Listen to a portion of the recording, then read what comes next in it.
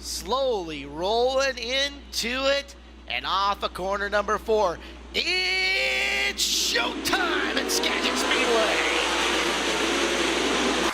It's showtime! One car was the front of it that was junk, and another car with the back of it was junk. So I cut both of them in half, took the good part of one car and the good part of the other car, and welded them together. The reason why I decided to move to Sean's number and use it was just because the memory of Sean is V8, and I just kind of lived for racing and racing with his number just to remember him by. Racing, and next thing you know, she's on the flag stand running the, doing flag and all my quarterback. I'm like, where did you come from? My experience, you got to have desire. It's a tough sport. You spend a lot of time away, and you definitely have to want it. You can't just say you want it. You got to want it. You got to have that desire that drives you through a lot of the tough times. And so for me, that's what it's always been about, is coming back to why I do this. And it's kept me around for this long. So I was off for some reason and didn't race one night, and so I went over to the races later that evening, and he was down by the water truck, and there's a roller gate there, and it's still set up the same way. And he took his foot and he scribed a line through the dirt, and he says, "Don't even think about crossing that." I mean, he got his attitude.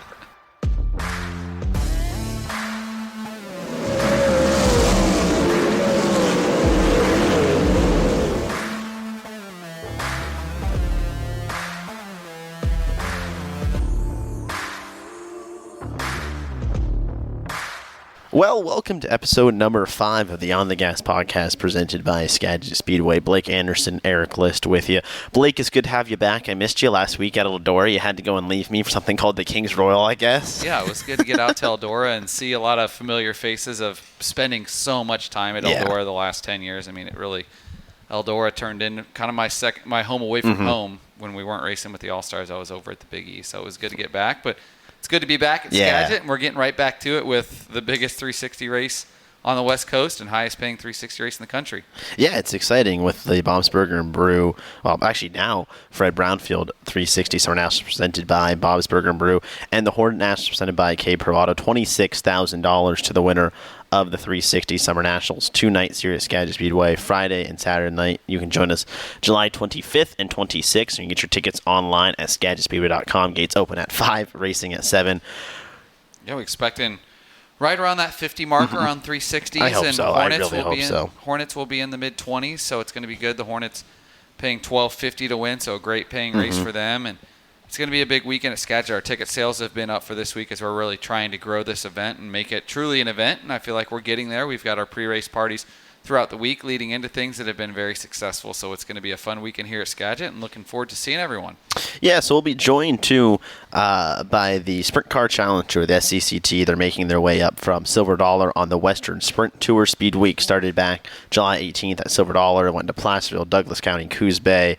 Douglas County, though, a nice night for Jesse Schlottfeld, one of our locals, picked up the win, and then Selzy at Coos Bay, and then they've made their way to Cottage Grove before coming at Skagit, and then Grace Harbor. Yeah, Tony Gomes won the other night down at Cottage Grove, which is good to see. He's a guy that we've seen up here at Skagit this year driving for Doug Roots. And, man, it's going to be a fun weekend here. I'm really excited. Like I said, SCCT, great to have them as a part of this and kind of revive that Western Speed Week that they've had throughout the past. And they've had strong car counts in the upper 20s, low 30s, and we're expecting to add to that here at Skagit this weekend. And also, if you can't make it this weekend, we won't be streaming on our YouTube channel like we had planned. We'll be on CaliDirt.tv. You can buy the pay-per-view package all weekend long. That's CaliDirt.tv. That is the streaming partner of the SCCT, and being it's an SCCT race, we're going to be on their streaming platform, which is exciting. Yeah, it's going to be really exciting to just be able to pump our content out and continue to show Skagit Speedway. Well, so Blake, while you were gone playing in Eldora, Deming Speedway had their 3 nights of racing for the Clay Cup Nationals. So we'll quickly run through. Lucas Fisher does a nice job picking up the junior sprint A-main win on Saturday night, joined by Lucas Coates and Kaysen Sargent. Those are a couple. I mean, those are names you recognize at Skagit Speedway, Sargent and Fisher, names that are quite familiar to a lot of Skagit fans, and congratulations to those three youngsters and a couple of those youngsters that we saw run at the Skagit Quarter Midget Club but a couple years ago. Yeah, really good weekend for Colton Knapp in the restricteds.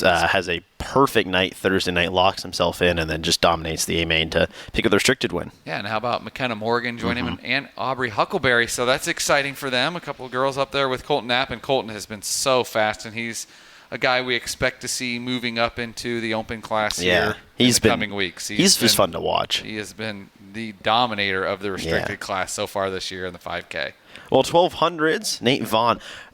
Name very familiar with here at Skagit. I didn't see, so I actually I don't like admit, I didn't know Chance Crum was there until Friday. When I think I turned in, I was talking to Justin Jacobson. He's like, it's so weird seeing Chance Crum here. And I went, oh, crap, Chance Crum is here. Chance Crum finished second, Kyle Mitchell third. All three guys that have raced here at Skagit through the years. It was just weird. I was like, oh, yeah, I should have realized Chance Crum was here. So good to have him back. And then the Premier Division, the 600 Open Division, where $10,000 went home with Jared Peterson. Jake Hagopian, really a nice weekend to finish second. And Levi Hillier, I had to finish third. I think everyone but probably Jake Hagopian has ran at Skagit Speedway in that top three. We knew it wouldn't be. We knew Jake wouldn't stay on the driver's seat too long. I talked to him at Tulsa Shootout this past winter, and he wasn't running. And he kind of hinted at, I think I might be doing some driving this year. So good to have Jake up here from California. Those cars are always fast and a very solid podium. Jared Peterson just does what Jared Peterson does. He's always up front. Yeah, Petey started on the pole and really ran away from it. Had a little bit of competition early, and then some. Cash is a big check. Yes, so good for Jared Peterson, and that's a guy hopefully we can see back at Skagit in a sprint car in the coming years. Oh, it'd be so fun. I would like to see that. Yeah, the 360s obviously kind of they are the headliner this week. They returned to action here at Skagit for the first time in a couple of weeks. Good to have the 360s back, and Trey Starks certainly has pretty much been the class of the field. He has been an absolute rocket ship in the 55 and the 360s this year. He's won half the races, 3 wins, 6 top 10s, and 6 main events. And what a year it's been for Trey Starks. He picks up the win at Dirt Cup. He's now looking to go back-to-back in the Summer Nationals and pick up $26,000 after winning it last year. He was 2 for 3. It went Starks, Selzy, and then Starks most recently picking up a win there. So it'll be really fun to watch if Trey Starks can pick up some more big money from Skagit Speedway. Yeah, he has been a check casher this year. Yes, Jason he has. Sowell's second, 64 points back, and he was a winner a couple of weeks ago. That was great to see Jason back in victory lane. Then he backed it up the following week with 410 wins. So he has been very fast. The good points battle right now is the battle for third. Colton Heath, a former guest here. If you're looking to go back and listen to an episode, we had him on a couple episodes. That was a very fun one. We had him on a couple episodes ago. He and Levi Hillier separated by just 3 points. Levi's 89 back in fourth, and Colton's 86 back in third. So that's a fun one. And Jesse Schlotfeld's fifth in points. Jesse, as you mentioned, he's already been a winner on a Western Speed Tour. Winner, and he's had just a lot of speed in general on the Speed Week.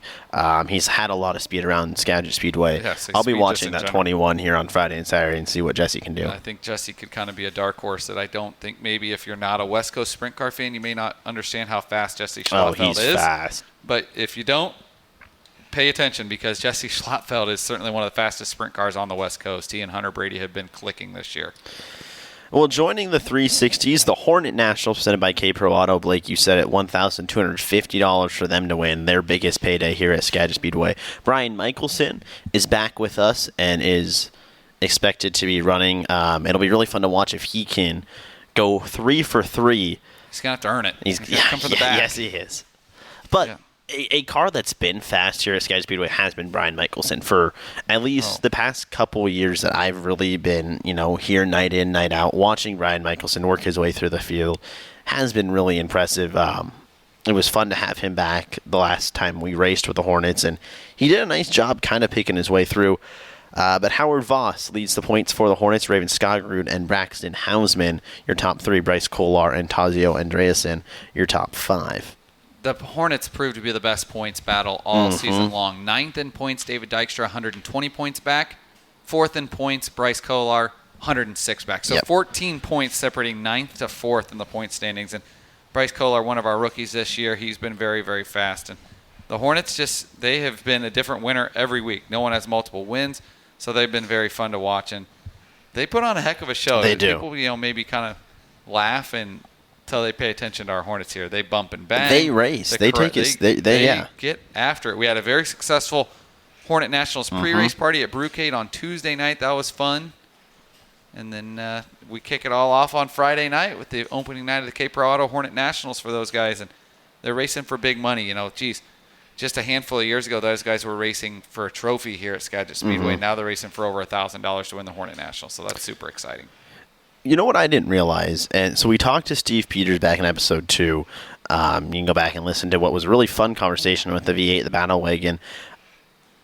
The past 2 years in the Hornet Nationals, it's been Steve Peters leading, and he's had one issue or another that's taken him out, and that's what's given the win to Brian Michelson. I think if anyone's looking to try to win this year, it's going to be Steve Peters. He's got another one's going to turn it because I don't think he meets the minimum races to be able to start through the front because you have to run that's a good point. 3 races, and Steve's only run 2. So, yeah. But we've only had 4 races in, so I'm not sure where that line's going to end up laying. But, yeah, Steve's the guy, as we found out in episode 2, will race anything, anywhere, anytime, whether it's a sprint car, a Hornet, a modified, or a figure 8 car down at Evergreen. But it's going to be a big weekend here at Skagit. We hope you guys can join us.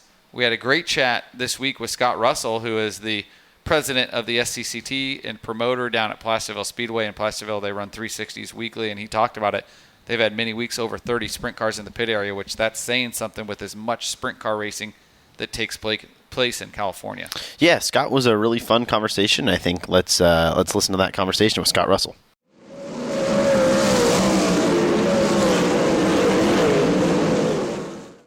Well, we welcome onto the phone lines the president of the Sprint Car Challenge Tour, Scott Russell. Scott, thanks for joining us today. Yep, thank you guys. So, what is your official role with the SCCT? Well, it all originally started with Placerville Speedway, and then after running Placerville Speedway, we came together with a group of people and started the SCCT. And so we run that under the flagship of Russell Motorsports, DBA, Sprint Car Challenge Tour. And so we're basically, Cammie and I are the owners and operators of the SCCT. What was the premise of starting the SCCT, Scott? What got you there? I mean, well, back when we first started, the Civil War Series, had been around forever, and I raced the Civil War Series when I was racing.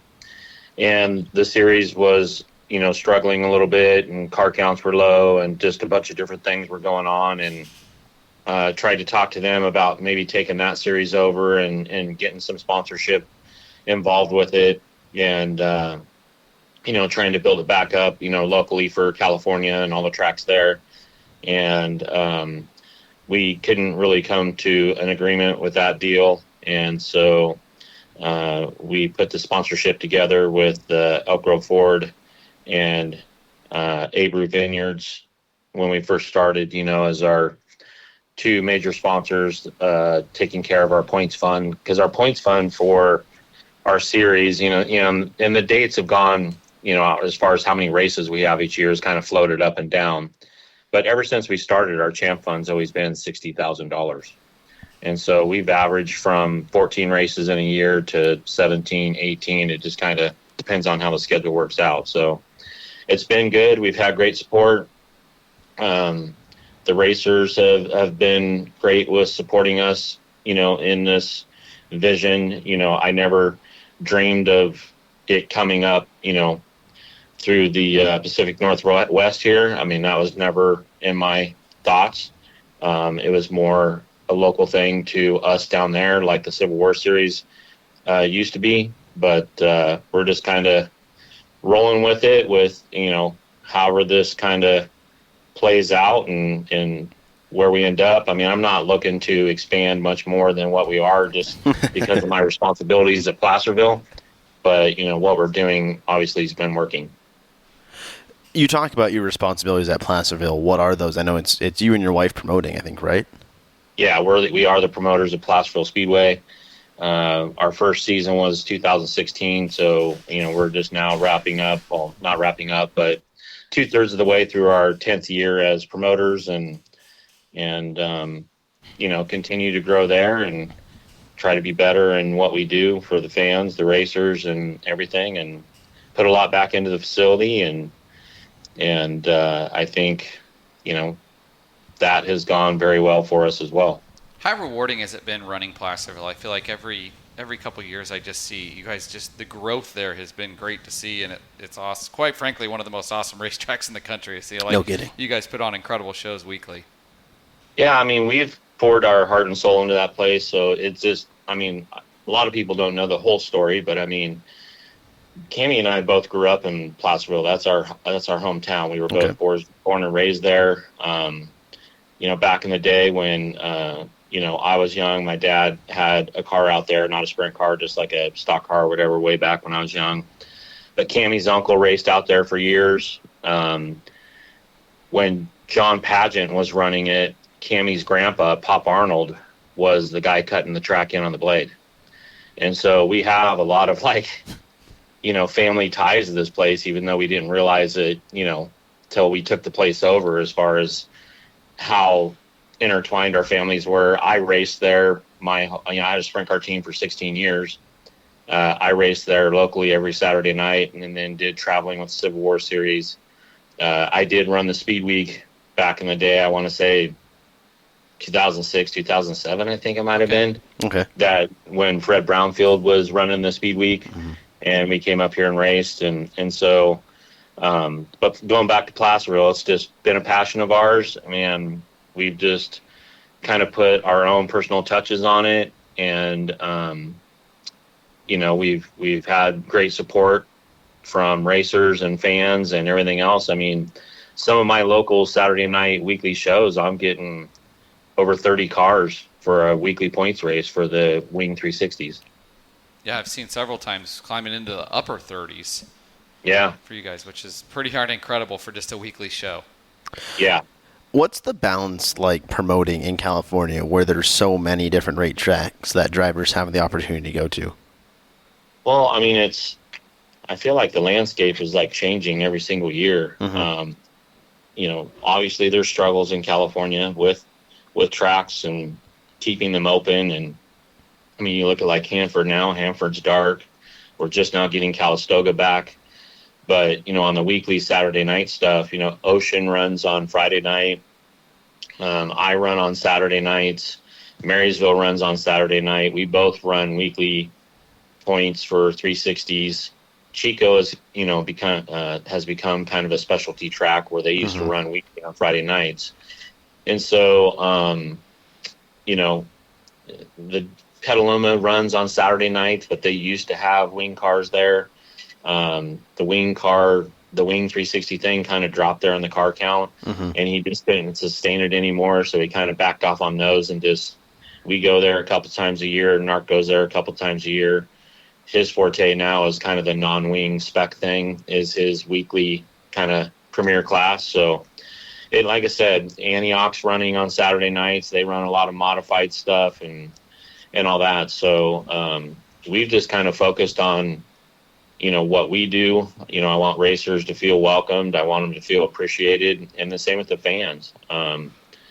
We do a lot of stuff with the fans on the grandstand side. Cammie's really great about that. And like one of our last races, we had a magician there, on our happy hour, and we had a face painter doing face paint for the kids, and just, live music with people singing, and I just feel the vibe is right. You can't just show up and have a race anymore. I feel like every race has to be an event. It's nice to hear promoting, because I see it so often across the country of places that just open the gates and expect people to show up and really think that they can promote like they did in 2000. And the climate, as you know, Scott, is just so much different than what it was even 10 years ago. Yeah. Yeah. So it's constantly evolving. And, I think the thing that's kind of different from me, from some of the other promoters too, I'm very hands-on, with what I'm involved with. So like at Placerville and SCCT, I'm running the drivers meeting, and like SCCT this Speed Week, I'm the one I'm the one calling everything on the radio and all that. So Placerville, I do, have a head official because obviously my jobs there are a lot different than doing the SCCT with watering and managing what's happening with the track surface and all that. But I'm very accessible to the drivers. Cammie's very accessible to the fans, so you got to wear a lot of different hats in this business, and it's very challenging. And I definitely have thicker skin now, I can tell you that. But that is come in time. The first couple years, it was tough. They can eat you up. I mean, that's one thing I've quickly learned. You have to have thick skin, because if you don't, you're going to get chewed up and spit out very quick in this business, especially on this side of things, on the business side of things. Yeah, I mean, like, social media is great, but it's a double-edged sword, yes, right? it is. Yes, it is. You can get everything out instantly, and everybody's up to date very fast of what's going on and how things are going, but they can also,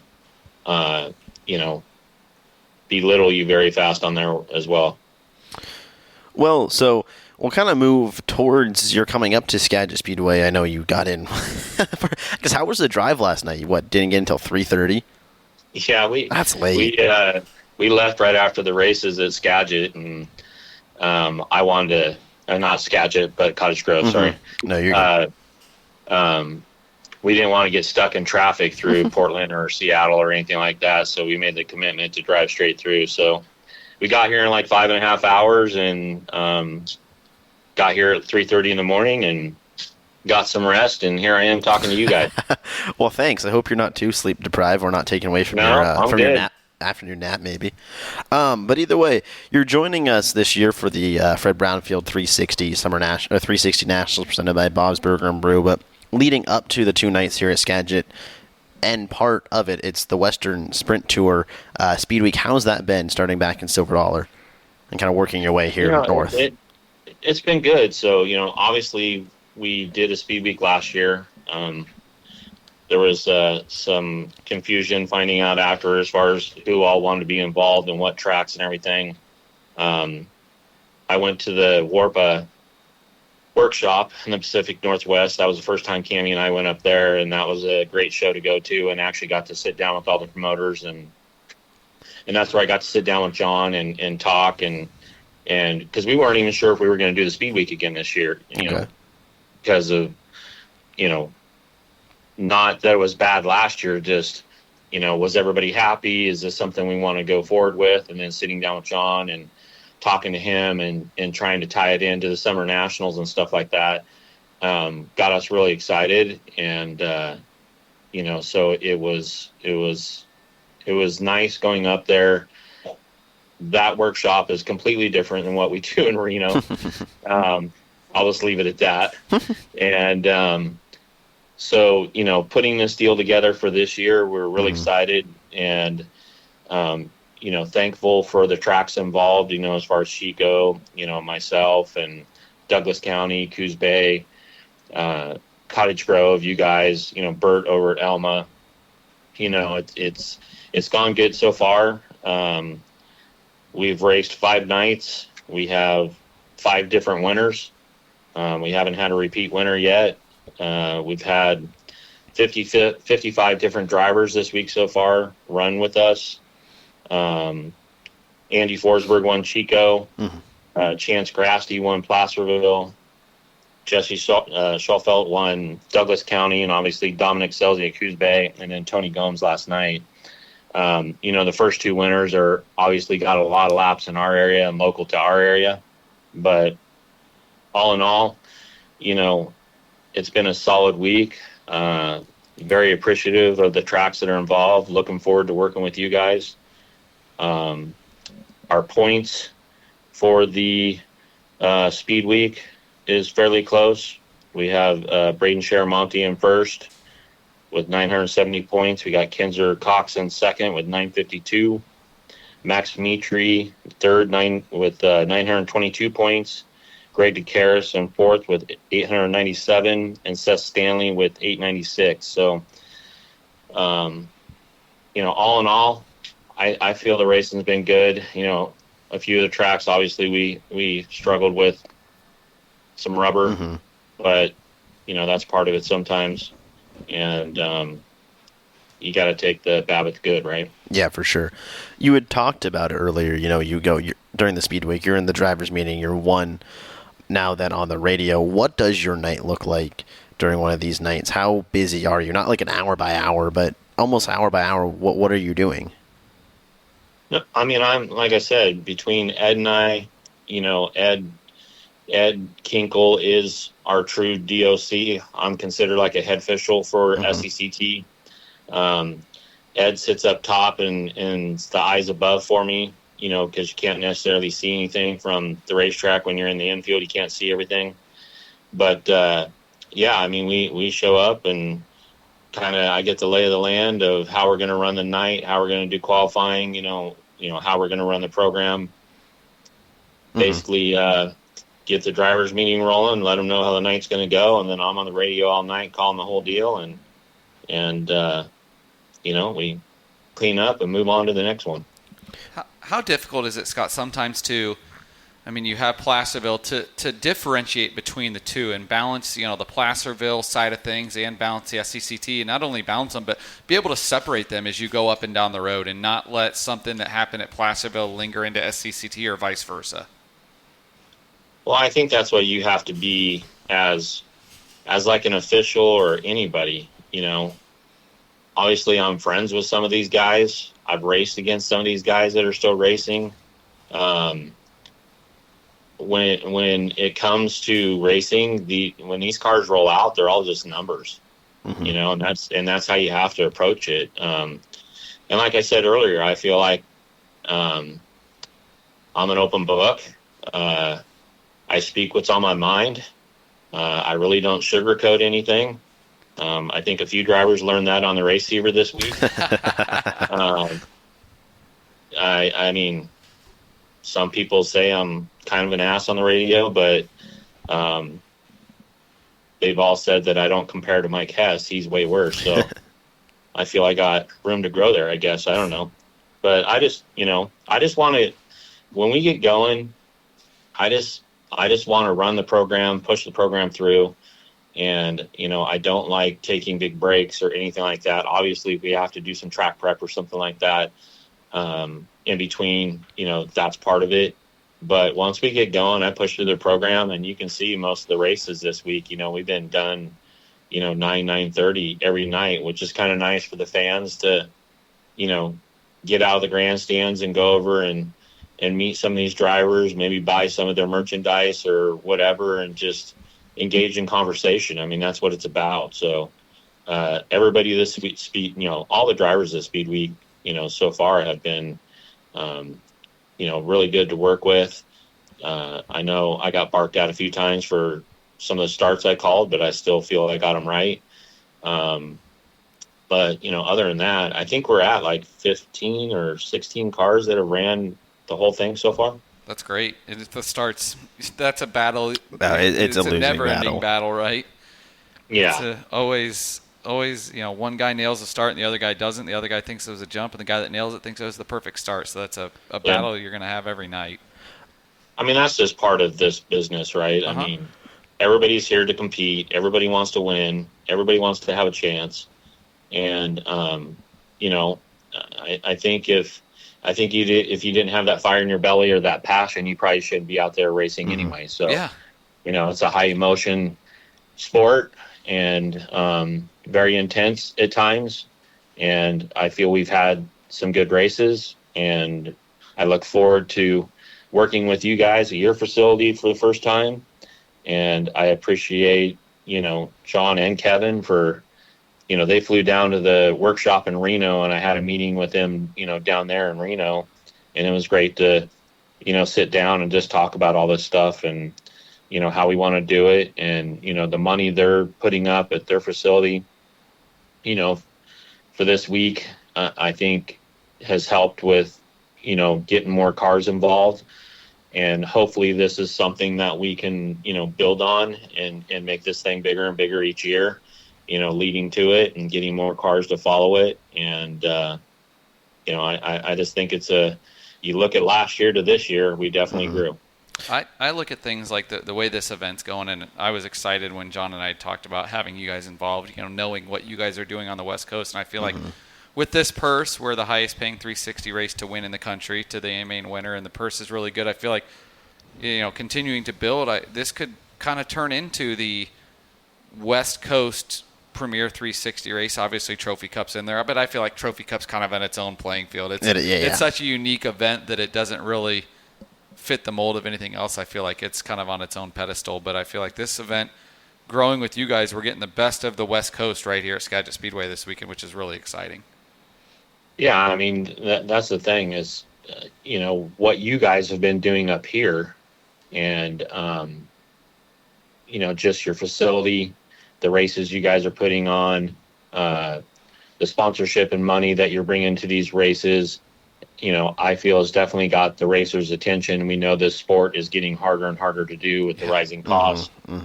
And, that's what Cammie and I try to do at Placerville. Anybody that brings any sponsor money forward, we try to spread it out through the cars just to try to help, where we can. I mean, if we don't have the racers, we don't have anything. So I think one of the other things I want to touch on in all this is you look at the youth in our sport right now in 360s.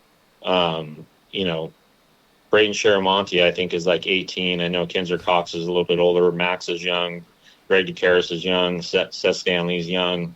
You got Austin Wood, who, is 15 years old. You got Hillier up here. I mean, the youth in our sport right now in 360s, and then you want these guys to kind of run here and then transition into the 410s. I think we're going to be healthy for quite a while. Yeah, I think across the board, you just mentioned it, there's so much young talent coming up down there, and I look up here, we've got a lot of young talent in the 360s and in our sportsman sprint division, which is super exciting. Yeah. When you talk about that, our series, for the year, we've had 111 different drivers race for us, and our points leader for our annual points is Austin Wood, who's 15 years old. Jeez. He got his first win at Placerville last year at 14. I have people that have raced their whole career at Placerville and never even got a win. This kid did it at 14. It's impressive. So, when talking to these kids on the race receiver, you're talking to everyone, but is there a little balance between knowing, yes, they've grown up, they've listened to race receivers before, but a little bit of coaching just to, help them understand when they're first learning the ropes of getting into one of these big sprint cars, or is it just you treat them like any other driver? I mean, to me, I got to treat them like any other driver, but I'm telling you, these kids coming up, they have so many years of racing under their belt between karts or 600s or, whatever. Their racecraft is, for me and these kids coming up, like Jet Barnes. Mm-hmm. He just got approved 2 weeks ago and started around Placerville, and then he decided to go on this speed week. But you watch these kids race, and I mean, they are so ready. It's not even funny. I mean, you look at their decisions on the racetrack, how they handle their car. They almost, some of them almost look like a veteran already. Yeah. Just because they have so many laps under their belt racing as a whole and understanding how the racing program works. Now, some of them all have a little quirk, I think, and some of that is the maturity level. Mm-hmm. And I will go have a discussion with them, but it's I'm telling you, these kids coming up, it's no joke. I mean, I feel they are so race ready, and there's not much coaching going on just because they already have so many laps. Mm-hmm. Especially in California, it's so unique because you'd mentioned it, Scott, the karts to the outlaw karts and micro scene. The ladder in California is as impressive as any state that you'll find to work your way up to the sprint car from a quarter midget.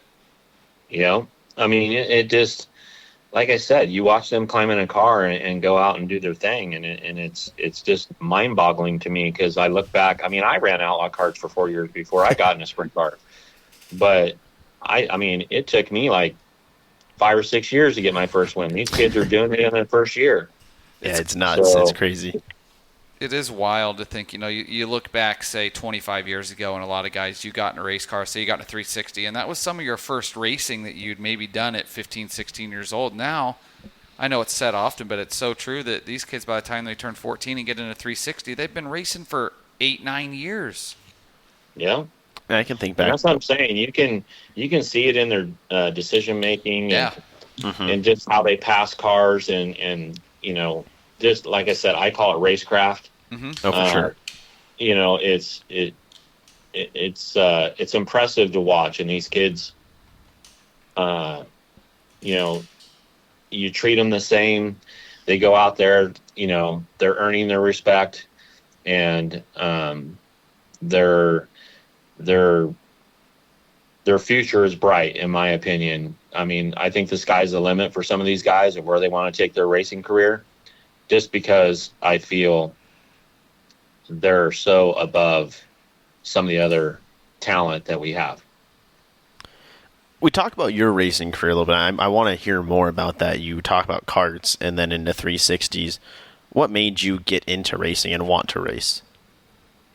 That's the funny thing about Placerville. I mean, I grew up around there. I was a fan at one point, and then, started working on Jimmy Truly's race car. He ran NARC and, ran Placerville and all that stuff. They're friends of ours, and so kind of wrenched on his car for a little bit. And then I just decided, that I think I'd like to race. And so that's when I bought an Outlaw kart, and I ran Prairie City, which doesn't run anymore. I ran Cycleland. I ran Red Bluff. I ran Delta. I ran all those tracks for about 4 years. What age was that? What's that? What age was that at? I got into racing late. So, Okay. I mean, I was like my early 20s. Oh, wow. Okay. And then, after that, that's when I transitioned into a sprint car, a 360 sprint car at Placerville. And so I had a sprint car team for 16 years. I drove 13 of those years. The last 3 years, I fired myself. Just too much going on in personal life and work. And so I put Stephen Allard in the car.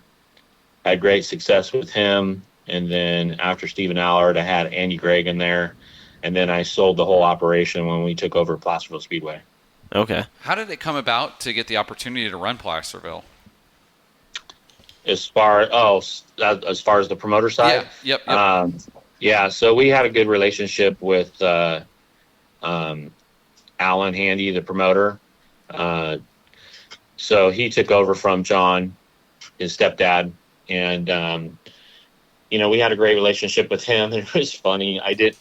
I was off for some reason and didn't race one night, and so I went over to the races later that evening, and he was down by the water truck, and there's a roller gate there, and it's still set up the same way.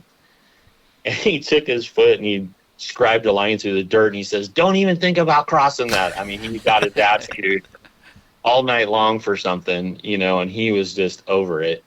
And so I just joked to him. I said, "Hey, you ever need any help? We obviously live here locally, and if you ever need help with anything, let me know." And a year later, he called up and he says, "Hey, how serious are you on this?" I said, "What do you mean?" And at that time, I had a job, working out of town, so I would leave early Monday morning and come home Friday night, like 9, 10 o'clock at night, hotel.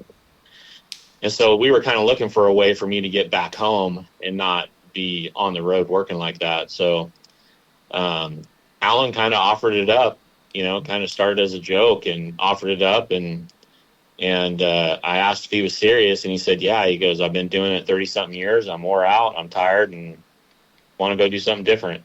And so it just kind of transitioned from there. We were able to put the funds together and buy them out. And I've worked in the construction world. Mm-hmm. I've ran every piece of equipment except a blade until the day I bought this track, and that was a steep learning curve. Really? Yeah. In what way? So I do all my own track prep. Okay. And all that. So, like I said, I'm very hands-on in everything we do. So then what's going on at Placerville now, I guess, while you're here out in the Speed Week? So we're dark for this weekend. We'll get back racing when we get back on August 2nd and finish out the rest of our point season. I got a high limit race on August 16th. Still going to do the Hangtown 100 there in November, and got a monster truck show, got a flat track race coming up, got all kinds of different things going on. I think after we get done with the Speed Week, I have a race at Petaluma, Tulare, and Stockton for the remaining part of the SCCT point season. Mm-hmm. So, yeah, but busy schedule. If we're not racing Placerville, we're usually somewhere with SCCT. Yeah, I noticed this. Kind of looking at your schedule, it feels like you're at least once a month with SCCT, and then kind of a couple times in June, a couple times in July. And then kind of goes back to that once a month. Is that just how you have to balance things around California? That's how I have to balance things with Placerville and my responsibilities there. Yeah. So, like some of the stuff in June, like June's our fair at Placerville Speedway, and we don't do any racing during our fair. They do different things out on the track. So we just kind of balance it. There's other things we have to be closed for at Placerville because we are on a fairgrounds. Like they have a big dog show, they have some concerts, so that's where we try to tie in the dates for the SCCT. Mm-hmm. It's when we're dark at Placerville, and we can go help facilitate those races. That makes sense. All right, Scott. Well, thank you so much. We're glad you've made it up here to Washington. We look forward to working with you guys here this Friday and Saturday at Skagit Speedway for the Fred Brownfield 360 Nationals presented by Bob's Burger and Brew, and the Hornet Nationals presented by K-Pro Auto. So thank you so much for your time. We really appreciate it today. All right. Thank you guys for having me on, and look forward to the next couple days. Yeah, thanks, Scott. We'll see you soon.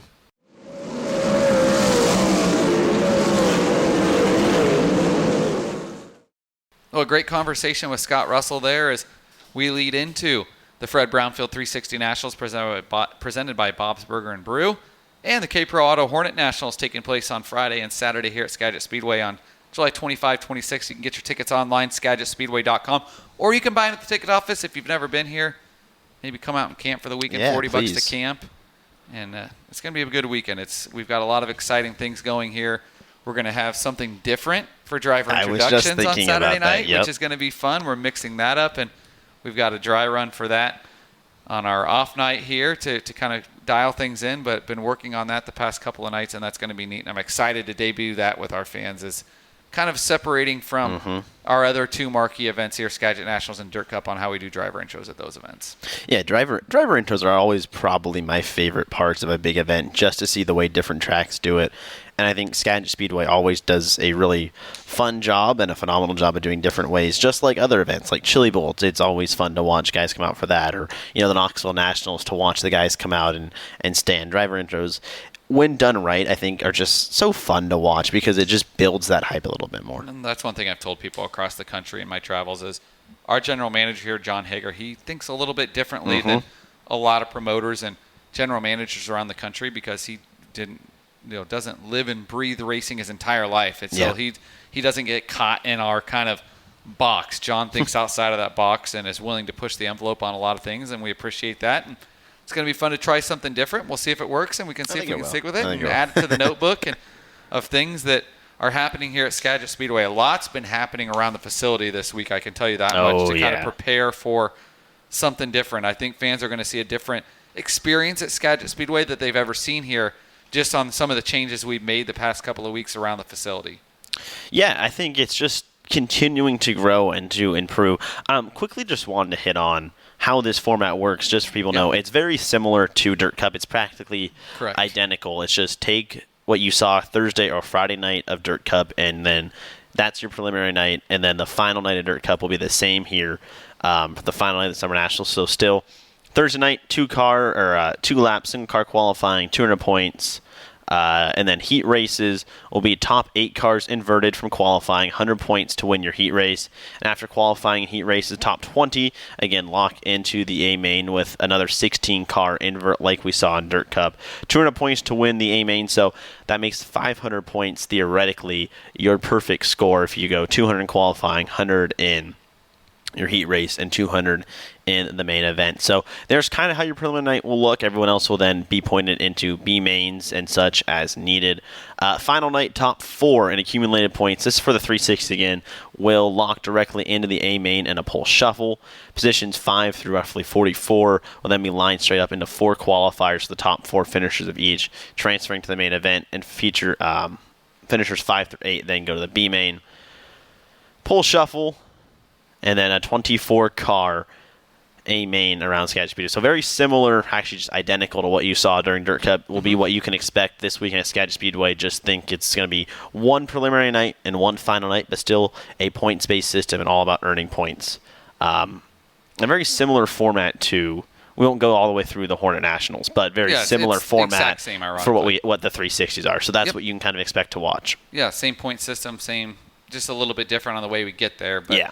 Same point system, and it all leads into Saturday nights, $26,000 to win A main for the 360 sprint cars, $1,000 to take the green flag on Saturday night, which is phenomenal purse for them, and the prelim, $3,000 to win the prelim, $500 to start. So the preliminary purse is boosted from our weekly purse a little bit, which is just increasing the money for the 360 sprint cars in the area, and it's going to be a fun weekend. Make sure you get your tickets, and of course next weekend we have the breast cancer awareness night leading into monster trucks and high limit. The Skagit Nationals over $100,000 to win that, just a month away. Jeez. Get those 3-day tickets now. You want the 3 because you get the reserve seat for all 3 days, and on Saturday night you're going to want that reserve seat because we'll have a big crowd on Saturday night. As I said, that's just a month away. So a lot of exciting things coming here at Skagit Speedway. We are far from the end of the season. Yes. That's for sure. Well, we want a big crowd this weekend, too, so we hope to see everyone here at Skagit Speedway. But for Blake Anderson, I'm Erik List. Thanks for joining us on this episode of On the Gas, presented by Skagit Speedway.